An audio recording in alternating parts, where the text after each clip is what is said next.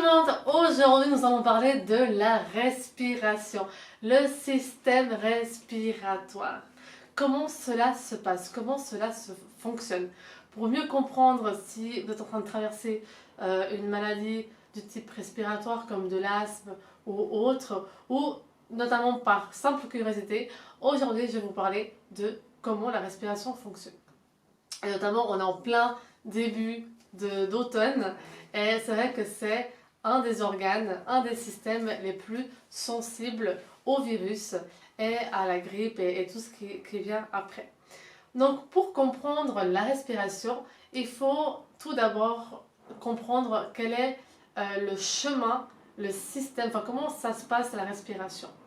Donc nous avons le nez qui est là, donc ça commence par le nez. Dans le nez, dans les narines, nous avons des cils, donc les petits poils que vous voyez. Ces cils-là, justement, servent à filtrer ce qui rentre dans les cavités nasales.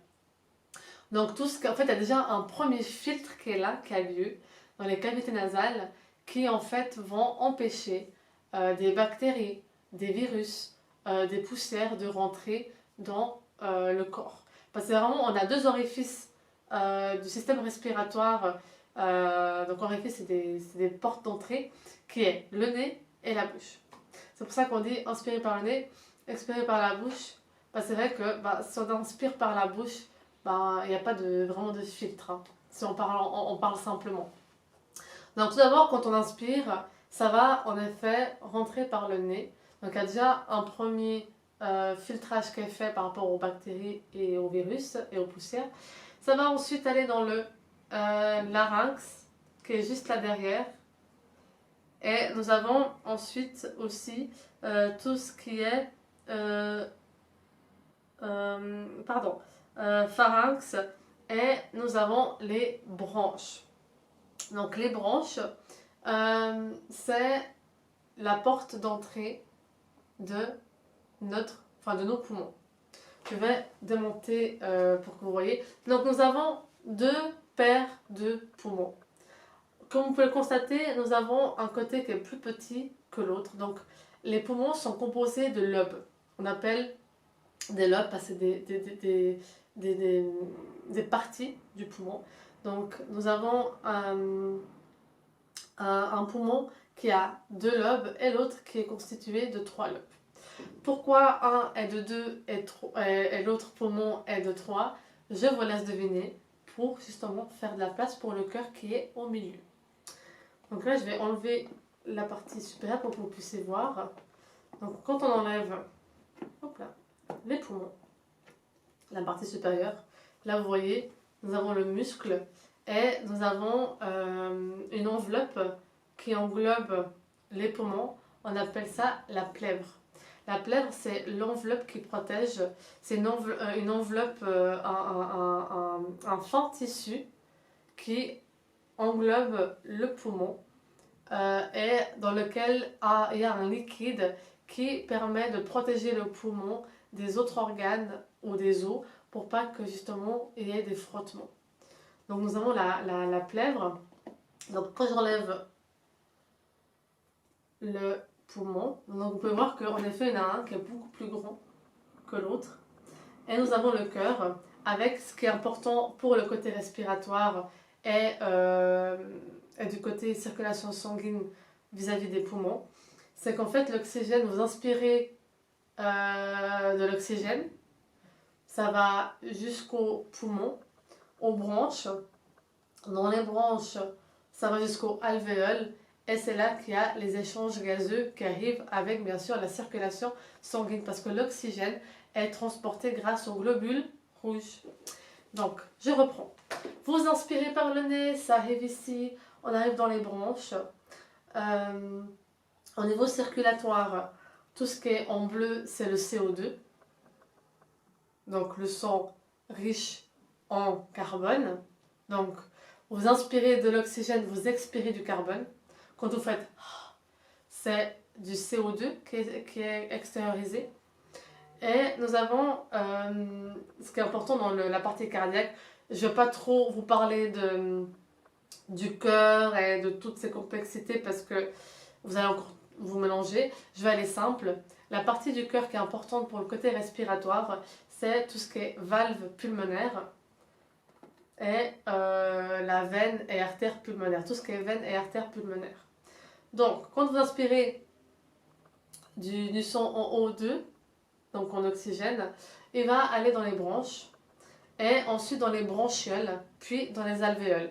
Et dans les alvéoles, c'est là qu'il y a les retours veineux de tous les organes, parce que le cœur, en fait, c'est une pompe du sang, et il distribue du sang propre dans tous les organes, et il reçoit le sang, on va dire sale, on va aller simple, de tous les organes, puis il renvoie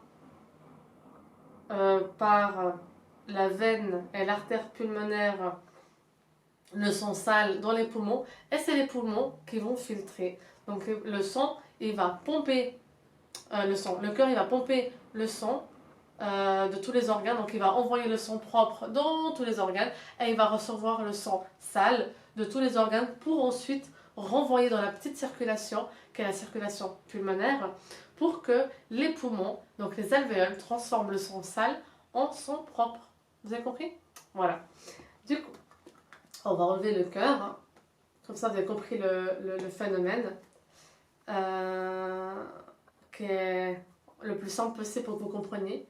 Et là, justement, vous trouvez, donc une fois qu'on enlève le cœur, vous trouvez les branches, ensuite les bronchioles, et ensuite les alvéoles. Ça, c'est les petits points, les alvéoles.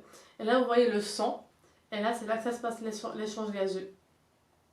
Donc, ensuite, une fois que les poumons filtrent le sang et les transforment en sang propre, eh ben, ils renvoient dans le cœur le sang propre qui redistribue dans les organes.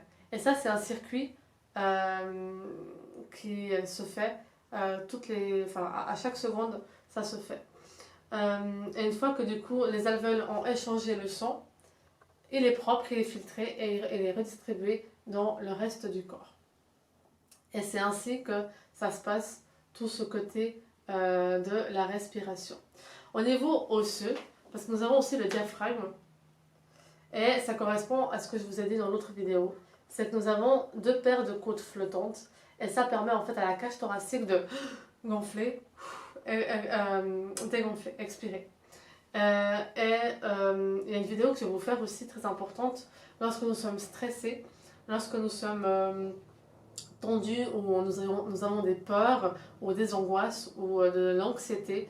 Il y a vraiment une technique qui fonctionne très très très bien et très très efficace, c'est la respiration cardio. C'est une respiration qui se fait sur 5 secondes, où en effet on inspire et le diaphragme monte, et on expire sur 5 secondes. Et le faire, en effet, on appelle ça la cohérence cardiaque, fait que ça permet de relâcher le corps. Quand nous avons de l'asthme, je vous fais un petit aparté, ça se passe au niveau des alvéoles. Les alvéoles sont gonflées, et c'est ce qui fait que ça peine à respirer normalement, de pouvoir reprendre son souffle, et on a en fait un sifflement qui a lieu, parce que les bronches en fait elles sont encombrées de mucus, et elles n'arrivent pas à faire l'échange gazeux comme il faut, et ainsi ça a un impact sur la respiration. Donc voilà mes amis, pour la partie, on va dire, de la respiration pulmonaire. Pour ceux qui veulent avoir plus d'informations sur le cœur, j'ai fait une vidéo, plusieurs vidéos sur le cœur, comment il fonctionne, et vous allez vraiment comprendre l'échange gazeux, comment il se passe, et ainsi surtout l'échange au niveau sanguin. Donc le sang propre et riche en oxygène est envoyé par l'aorte dans les organes, et il fait son retour grâce aux veines,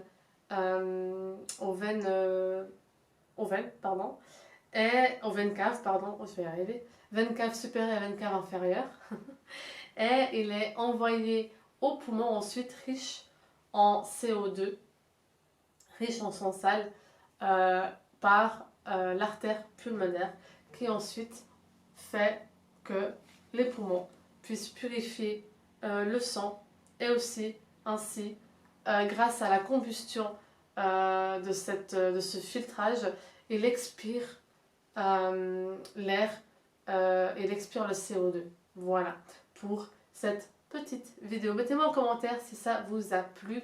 Abonnez-vous à cette chaîne et laissez un pouce bleu. Et je suis ravie de vous retrouver pour une prochaine vidéo qui sera cette fois-ci la cohérence cardiaque. Sur ce, ciao ciao!